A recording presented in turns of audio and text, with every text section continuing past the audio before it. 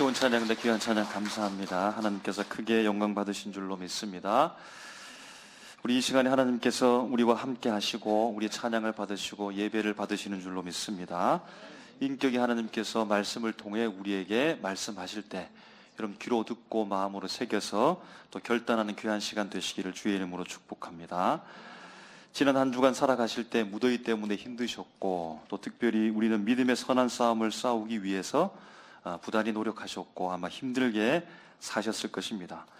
믿음의 선한 싸움을 싸우면서 여러분 믿음으로 승리하셨습니까? 여러분 성도의 싸움은 보이는 싸움이 아니라 보이지 않는 싸움을 한다라고 하는 생각을 가지고 아마 열심히 살아가실 겁니다. 그럼 싸움이라고 하는 것, 전쟁이라고 하는 것, 그것은 일반적인 역사가 되어버렸는데요. 여러분 언제부터 싸움이 시작되었을까요? 어디에서부터 싸움이 시작되었을까요? 성경의 관점으로 볼 때 최초의 인간 아담과 하와도 그럼 의견이 충돌했죠. 서로를 향하여서 비방하고 변명하고 내 탓입니다, 나 때문입니다 라고 그렇게 자기를 통해 다른 사람을 세워주는 것이 아니라 너 때문에, 당신 탓입니다 라고 하면서 그를 깎아내리고 내가 높아지려고 최초 아담과 하와부터 시작하여 그의 아들 가인과 아벨, 물론 그러합니다. 일방적인 싸움이기도 하고 극단적인 살인에까지 이르게 되었지만 싸움과 다툼의 연속이라고 할 수 있겠습니다. 여러분 이처럼 인류의 역사는 인류의 시작, 그와 함께 싸움도 함께 시작되어져서 이어져 내려와 여러분 지금까지 그 전쟁의 소식을 우리가 듣고 있습니다. 여러분 인류 초기의 싸움 전쟁이라고 하면 생존을 위한 싸움이라고 할 수 있겠습니다. 거친 비바람을 헤쳐내고 열악한 환경과 기후 속에서 싸워가며 극한의 자연 환경을 이겨가는, 싸워가는, 또는 인간과 다른 집단의 인간과의 그 관계 속에서 살아남기 위해서 그 생존의 싸움에 인류의 초기의 싸움을 확인합니다. 그럼 두 번째는 문명이 이제 형성되면서 충돌이 일어나서 제국으로 확장된 제국을 이루기 위해서 싸움을 하는 겁니다. 그럼 성경을 통해서도 우리와 나라가 대적하고 어느 나라가 힘이 센가, 어느 나라에 협력해 우리가 살 수 있는가라고 하는 성경적 역사도 확인하게 되어집니다. 이집트의 세력, 저 북방의 아수르의 세력, 더 북방의 신흥 강국 바벨론과 또 그를 이은 페르시아, 헬라 제국과 예수님 시대까지 이어졌던 로마 제국의 일들을 알게 되며 그 속에서 정복 전쟁이 끊임없이 일어났다는 겁니다. 다른 집단, 종족, 민족들을 파괴하고 제국주의적 싸움은 이어져서 근대까지 여러분 이르게 되어지고 산업혁명으로 인해서 그 규모와 범위가 폭발적으로 증가하고 파괴적이 되어집니다. 노예를 삼지요.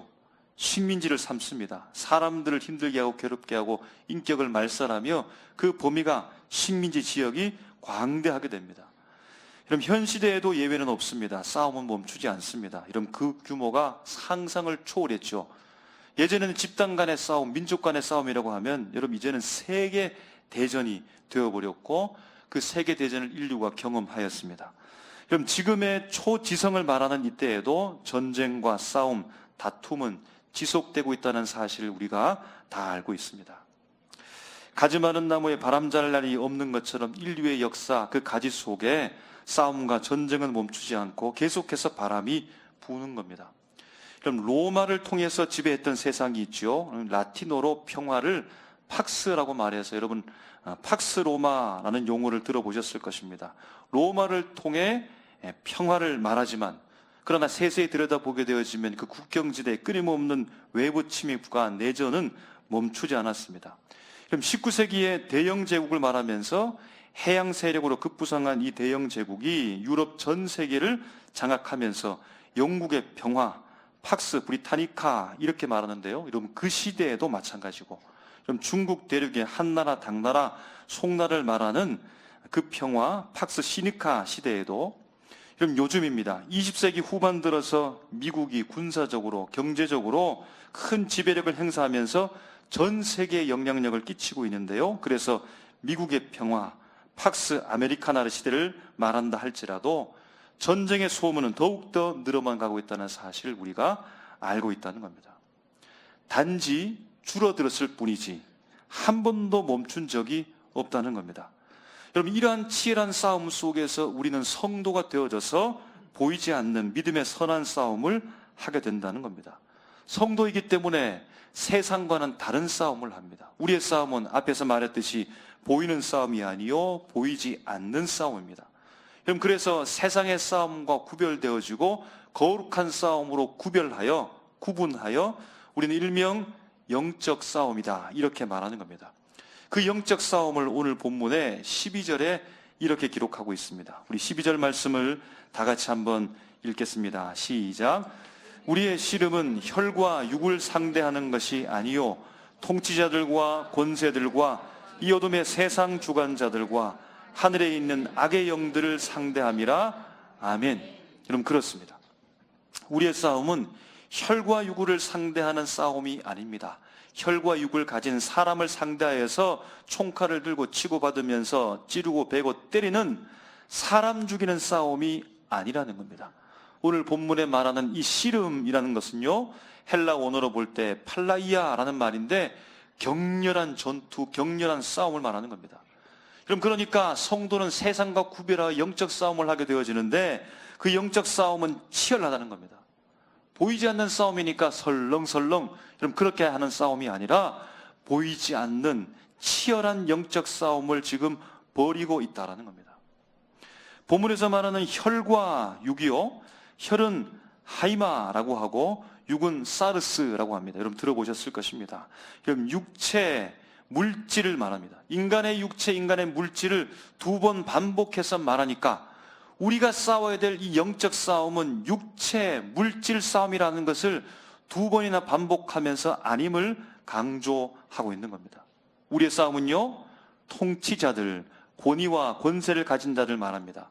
권세들, 권한이나 권세를 의미합니다. 일방적으로 통치권을 가지고 있는 존재들을 나타낸다는 겁니다. 그리고 본격적으로 그 대상이 누구인지 알려줍니다.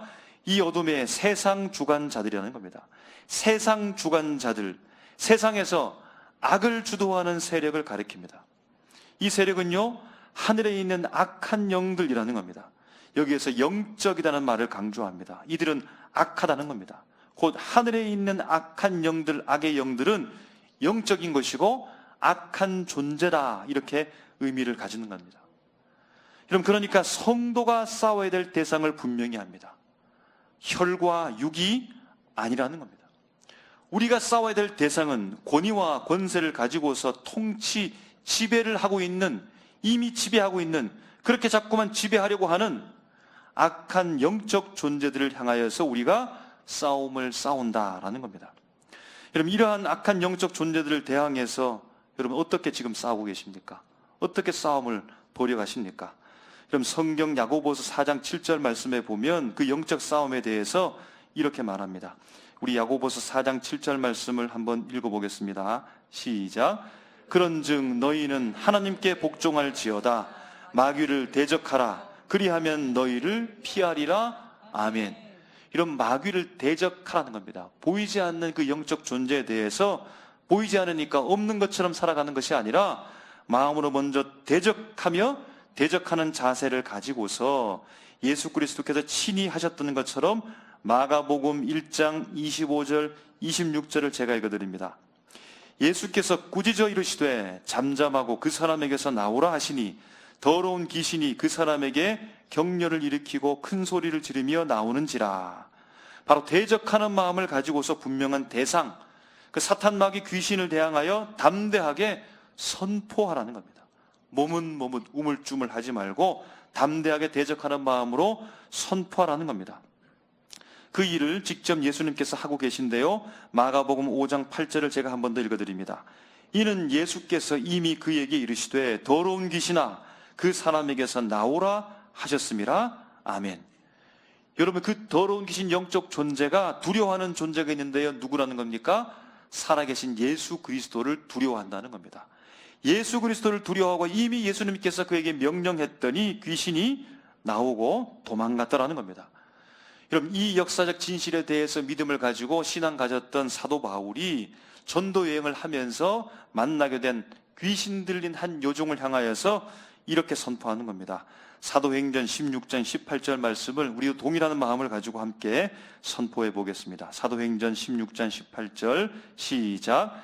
이같이 여러 날을 하는지라 바울이 심히 괴로워하여 돌이켜 그 귀신에게 이르되 예수 그리스도의 이름으로 내가 내게 명하노니 그에게서 나오라 하니 귀신이 즉시 나오니라. 아멘. 여러분 믿으십니까? 사도 바울은 예수를 믿고 예수 그리스도의 이름에 권세가 있는 줄로 알고 다른 이름이 아니라 예수 그리스도의 이름으로 내가 내게 명하노니 귀신아 떠나가라 즉시 나오라 하시니 그 명령대로 나왔다는 겁니다. 도망갔다는 겁니다. 대적하는 마음으로 예수 그리스도의 이름으로 선포하고 담대하게 나갔더니 그 예수 이름에 벌벌 떤 귀신이 도망가게 죽게 된다라는 겁니다. 여러분 그렇습니다. 보이지 않는 악한 영적 존재들을 여러분 물리치기 위해서는 대적하는 마음으로 바울이 사도행전에서 선포했던 것처럼 예수 그리스도의 이름으로 내가 내게 명령하노니 떠나갈지어다 라고 하면 여러분 떠나가게 되는 것이죠. 여러분 그런데 오늘 본문 말씀을 보면 분명히 악의 영들에 대하여 이 어둠의 권세에 대해서 대적하면서 나가고 있는데 나사렛 예수 그리스도의 이름으로 이 말도 보이지 않고 예수 그리스도의 이름으로 예수님의 이름으로 혹은 주님의 이름으로 명령하노니 라고 하는 말들이 여러분 보이지 않습니다.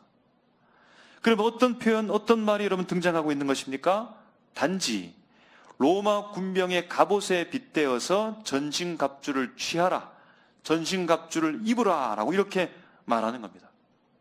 나서는 예수의 이름으로 떠나갈지어다 라고 하는 이 선포가 있는 것이 아니라 전신갑주를 취하라, 전신갑주를 입으라 이렇게 말하는 겁니다. 전신갑주를 하나씩 따져보니까 이렇게 됩니다. 허리띠, 호심경, 신, 방패, 투구, 검이라는 겁니다. 그리고 그 각각 가지고 있는 뜻이 있는데요. 진리, 의, 복음, 믿음, 구원, 성령, 말씀이라는 겁니다. 여러분 그런데 왜 나사렛 예수 그리스도의 이름으로 이 악한 영들아 떠나갈지어다 라고 이렇게 말하지 않고 하나님의 전신갑주를 취하라, 전신갑주를 입으라 여러분 이렇게 말씀하는 이유가 무엇일까요? 전신갑주가 가지고 있는 각각의 그 의미, 진리, 의, 복음, 믿음, 구원, 성령 이 말씀은 여러분 누가 하는 말들일까요? 여러분 이 말은 그리고 또 어디에서 주로 사용되는 말일까요? 진리에 대해, 의에 대해, 복음에 대해, 믿음과 구원과 성령과 말씀이라는 이 말은 그럼 적어도 우리가 알 수 있는 것은 악한 영적 존재들을 쫓아낼 때 직접적으로 사용하는 말은 적어도 아니라는 것이죠. 또 한 가지 우리가 알 수 있는 것은 여러분 이 말들은 믿지 않는 사람들에게 보다는 물론 그들에게 말할 수는 있겠지만 아직 믿지 않는 사람들은 알지 못하고 이해하지 못하므로 여러분 이 말들은 주로 믿음의 사람들, 믿는 사람들을 향하여서 하는 말이라는 겁니다. 여러분 어디에서 주로 이 말을 할까요? 그럼 사회 나가서요? 혹은 가정에서요? 물론 할 수도 있겠지만 그것보다는 여러분 교회에서 이런 말들을 많이 사용한다는 사실을 알겠습니다. 여러분 그러므로 이 말은 곧 진리, 의, 복음, 믿음, 구원, 성령, 말씀, 하나님의 전신갑주라고 하는 이 말은 예수 믿는 성도들에게 장소는요 교회에서 주로 하는 말이다 이렇게 우리가 볼 수 있겠다는 겁니다.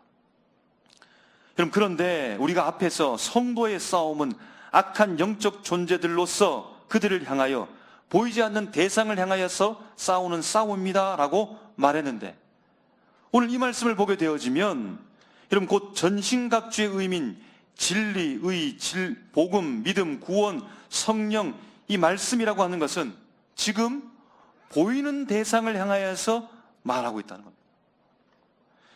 성도의 싸움은 영적 싸움이요 보이지 않는 싸움이라고 했는데 오늘 본문 말씀에 보면 분명히 보이는 대상에 대하여 이 말씀을 지금 말씀하고 있다는 겁니다. 오늘 본문에서 말하고 있는 이 악한 영적 존재에 대해서 특정 어느 사람에게 들어간 귀신을 쫓아내는 장면은 적어도 아니라는 겁니다. 그러니까 예수 그리스도의 이름으로 귀신을 쫓아내는 축기의 상황이 오늘 말씀의 상황은 아니라는 겁니다. 그럼 다시 한번 그러므로 우리 12절을 볼 때 이런 단어들이 등장합니다. 통치자들, 권세들, 이 어둠의 세상 주관자들, 하늘에 있는 악의 영들이라고 말하죠. 그럼 다 들 하면서 복수를 말합니다. 하나의 사탄 마귀를 말하는데 다양하게 많은 표현으로 지금 말하고 있다는 겁니다. 여러분, 그러니까 이것을 세력으로 지금 말하고 있다는 겁니다. 하나의 큰 세력이 형성되었다는 겁니다. 여러분, 세력은 행사하는 거죠. 세력은 과시되게 되어 있죠. 세력으로 말미암아 지금 영향력을 행사하고 있다는 겁니다. 그 사탄 마귀가 악한 영향력을 지금 행사하는 하나의 세력으로 있게 되었다라는 겁니다. 여러분, 그러므로 종합해 보면 눈에 보이지 않고 혈과 육이 아닌 이 악한 영들의 세력의 영향을 받고 있는, 눈에 보이는 혈과 육을 가진 사람들에게 오늘 사도 바울이 사도행전의 말씀과는 달리 오늘 에베소 성도들을 향하여서 전신갑주를 입으라라고 이렇게 말씀하고 있는 겁니다. 전신갑주를 입어야 될 대상이 구체적으로 누구란 것입니까? 에베소 교회, 그 교회를 다니고 있는 성도들을 가리키고 있다라는 겁니다. 교회에서 눈에 보이지 않는 악한 세력의 영향을 받는, 또는 받을 수 있는 이 성도들, 구체적으로 그들이 누구일까요? 우리가 말씀 읽은 그 앞부분에 5장 후반부터 등장하게 되어지는데 여러 종류의 인간 관계에 놓인 성도들을 언급하고 있습니다. 5장 22절부터 아내와 남편 된 성도들에 대해 말씀합니다.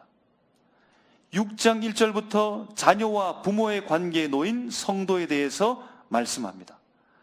6장 5절부터 종과 상전의 관계에 놓여진 성도들에 대해서 말씀하고 있습니다. 여러분, 이런 관계에 놓이는 두 부류의 사람들이 있죠. 바로 아내와 남편과 자녀와 부모와 종과 상전의 관계에 놓여진 이 사람들에게 지금 무엇을 말씀하는 겁니까? 권면의 말씀을 하고 있습니다. 사도 바울이 이들을 향하여 권면의 말씀을 하고 있는데, 권면의 말씀을 하고 있는 이유 무엇입니까? 그들이 좋은 관계에 있었다면 권면의 말씀을 하지 않겠죠. 좋은 관계에 있지 않았기 때문에 지금 사도 바울이 권면의 말씀을 하고 있다는 겁니다. 이들은 왜 좋은 관계를 맺지 못하고 있는 것입니까? 오늘 본문 말씀을 통해 우리가 알고 있는 것처럼 어떤 영향을 받았다는 겁니다. 그럼 그 영향이 무슨 영향입니까? 악한 영적 존재들의 세력에 대한 영향을 그들이 받았으므로, 그래서 그 관계들이 틀어지고 깨어지고 있기 때문에 사도 바울이 지금 그들을 향하여 권면의 말씀을 하고 있다는 겁니다. 아내와 남편, 자녀와 부모, 종과 상전의 관계에 놓이는 성도들에게 지금 너희가 전신갑주를 입으십시오.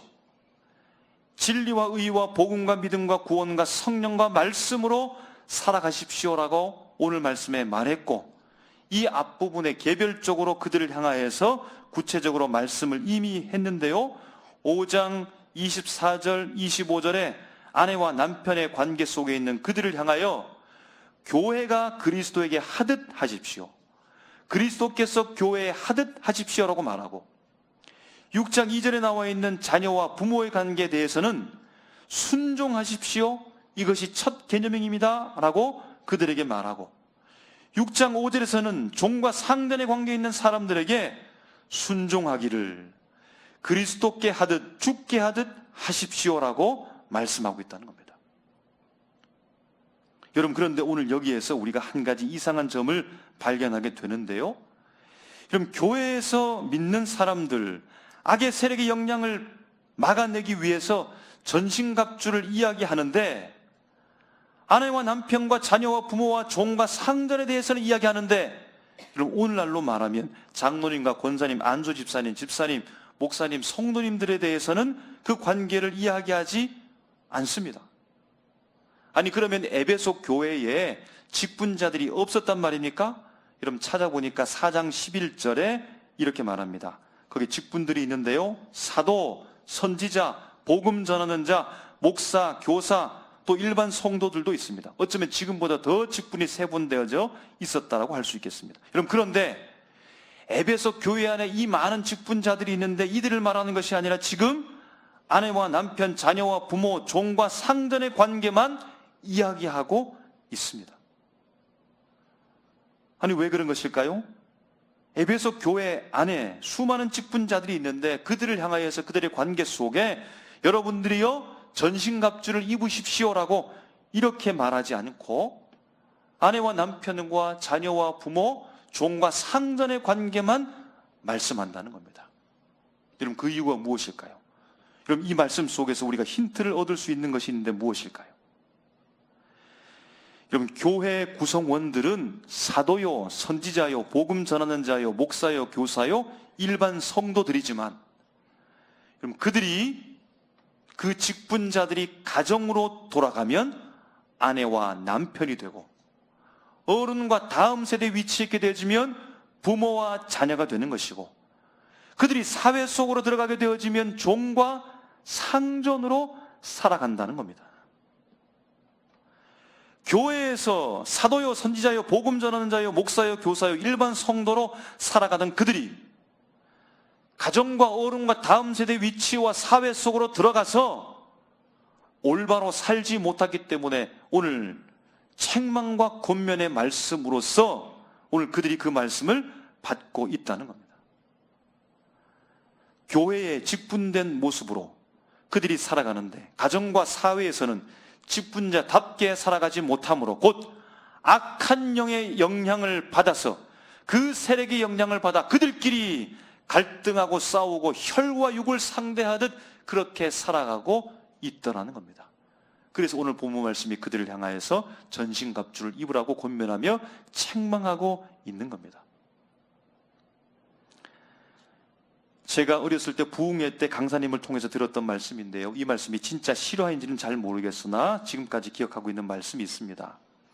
그 강사 목사님의 말씀 예화 중에 어느 목사님이 너무 인자하고 좋으신 목사님이 있었다는 겁니다. 늘 웃고 밝은 모습으로 다니시고 말씀도 좋고 성도들을 사랑으로 대하고, 그 목사님이 어느 날 단상에서 설교를 하고 계신데 사모님이 밥상을 차려들고 올라가셨다는 겁니다. 집에서는 그토록 무뚝뚝하고 무섭고 하도 매정해서 인자고 사랑 많은 남편에게 밥상을 차려주고 싶었다는 겁니다. 집에만 오면 변하니까요. 아니, 집에서는 교회에서 가졌던 그 아름다운 하나님의 놀라운 은혜를 가정으로까지 확장시키지 못하고 있기 때문이라는 겁니다. 여러분은 어떻습니까? 사실은 제가 제일 위험인물입니다. 여러분 어떻습니까? 그리스도께 하듯, 교회에 하듯, 순종, 죽게 하듯 여러분 가정에서 남편에게, 아내에게 그렇게 하라는 겁니다. 교회에서 그리스도께 하듯, 교회에 하듯 여러분 자녀에게, 부모에게 그렇게 하라는 겁니다. 순종으로 그리스도께 하듯 여러분 사회에 나가서 상전에게, 종에게 그렇게 하라는 겁니다. 교회에 있을 때는 여러분 교회에서 그리스도의 선한 영향력을 받아서 웃고 사랑하며 용서하며 친절하고 때마다 시마다 사랑합니다, 여러분 서슴없이 그렇게 말하는데 가정과 사회에서 삶으로 돌아가서는 악의 영들의 영향을 받아서 오늘 11절에 말씀하는 것과 같이 마귀의 간계, 곧 그 유혹과 속임수의 전략에 휩싸여서 믿음이 흔들리고 하나님의 뜻에 반하는 사람으로 그렇게 행동하고 살아가더라는 겁니다. 여러분, 어느 학자가 한국 사람의 특징에 대해서 이야기하는데요, 한 예를 듭니다. 도로에서 물건을 싣고 가는 트럭이 그만 전복되었습니다. 그런데 지나가는 차들이 하나씩 다 멈추는 겁니다. 비상등을 켜고 안내하고 도와주고 다 같이 내려가지고 힘을 합쳐서 그 차를 바로 잡아주고 세워주고 물건도 다 깨끗하게 주워서 다시 실어주는 겁니다. 바쁘게 그렇게 살아가는 일정 속에서도 길을 멈추고 어려운 사람이 있습니까? 이렇게 도와주는 겁니다. 그런데 이들이 열심히 한 사람을 위해서 협력하고 도와준 이후에 차를 타고 가면서 다른 차가 자기를 추월해 가니까, 확 끼어 들어오니까 그냥 열받아가지고 창문을 열고 막 욕을 한다는 겁니다. 그 사람이요, 조금 전에 함께 협력하고 도와줬던 사람입니다. 그럼 교회에서는 그런 일이 일어나지 않을까요? 예배 잘 드리고 은혜 충만하고 밝은 얼굴로 주차장에 가서 여러분 그런 일이 일어나지 않습니까? 혹 다툼은 없습니까? 교회 예배당에서 받았던 그 은혜가 주차장도 못 빠져나가는 겁니다. 여러분 죽게 하든 그리스도께 하든 그렇게 하는 일이 교회에서만 아니라 사실은 교회는 온실입니다. 온실 가운데 우리가 있는 겁니다. 더 중요한 것은 삶의 터전, 가정과 사회에서도 동일하게 오늘 교회 예배당에서 받았던 그 은혜 충만함과 성령의 충만함의 능력을 가지고 가정으로 가서 사회로 가서 우리가 그렇게 살아낼 수 있어야 된다는 겁니다. 여러분 그래서 사도 바울은 그것을 잘 알고 있기 때문에 여러분들이 전신갑주를 입으십시오. 무장을 하십시오. 그럼 세상에 나가고 가정에 나가서 살아가는 그 삶이 아무것도 아니라 쉽게 살아갈 수 있으면 전신갑주, 로마 병정처럼 여러분 그 완전군장 할 필요가 무엇이 있겠습니까? 치열한 전투처럼 어려운 사실을 알기 때문에 무장하라는 겁니다. 진리와 의와 복음과 믿음과 구원과 성령과 말씀을 무기로 삼아서 방어하고 공격하면서 싸워서 마귀의 관계, 그 유혹과 악의 영들의 세력에서 전쟁하듯 싸우지만 승리하라고 그렇게 당부하고 있다는 겁니다. 사랑하는 삼일교회 성도 여러분, 우리의 싸움의 대상은 혈과 육이 아닙니다. 남편도 아니요, 아내도 아니요, 자녀도 아니요, 부모도 아니요, 종도 아니요, 상전도 아닙니다. 여러분 믿으십니까? 오늘 내가 집에 가서 아내를 이겨야지, 남편을 이겨야지, 자녀를 이겨먹고 말아야지, 부모님께 내가 대항해야지, 내가 사회 직장에 가서 종들에게 상전에게 내가 이겨내야지. 그럼 이 싸움은 혈과 육에 대한 싸움이요. 그럼 그 싸움을 하는 것은 오히려 악의 세력에 대해서 실패하는 겁니다. 교회에서 삶이 우리 각자의 삶으로 이어져야 합니다. 각자의 삶으로 확장돼야 됩니다. 우리의 본래의 모습은 싸움의 인류입니다. 싸움부터 시작한 인류입니다. 그럼 그 속에서 교회가 세워졌고 그 속에서 거룩과 하나님의 생명의 말씀을 통해 우리가 어떻게 살아야 될 삶인지 변화시켜 주었고 옛사람이 어떤 모습이며 새 사람이 어떤 모습인지 우리에게 알려주었으며 새 사람 된 모습으로 그 삶을 확장하여 교회에서뿐만 아니라 가정에서 삶에서 그렇게 살아가라고 우리에게 사명을 주셨다는 겁니다. 여러분 사람을 향하여서 혈과 육에 대한 싸움, 그 싸움에 대해서 이겼습니까? 승리가 아니라 오히려 영적 싸움에서 패배하는 겁니다. 마귀의 관계에 대하여 넘어진 겁니다. 혈과 육으로 싸우지 말고 하나님이 주신 전신갑주를 입고 믿음으로 날마다 승리하는 우리 모두가 되시기를 주님의 이름으로 축복합니다. 이 시간 잠시 기도하겠습니다.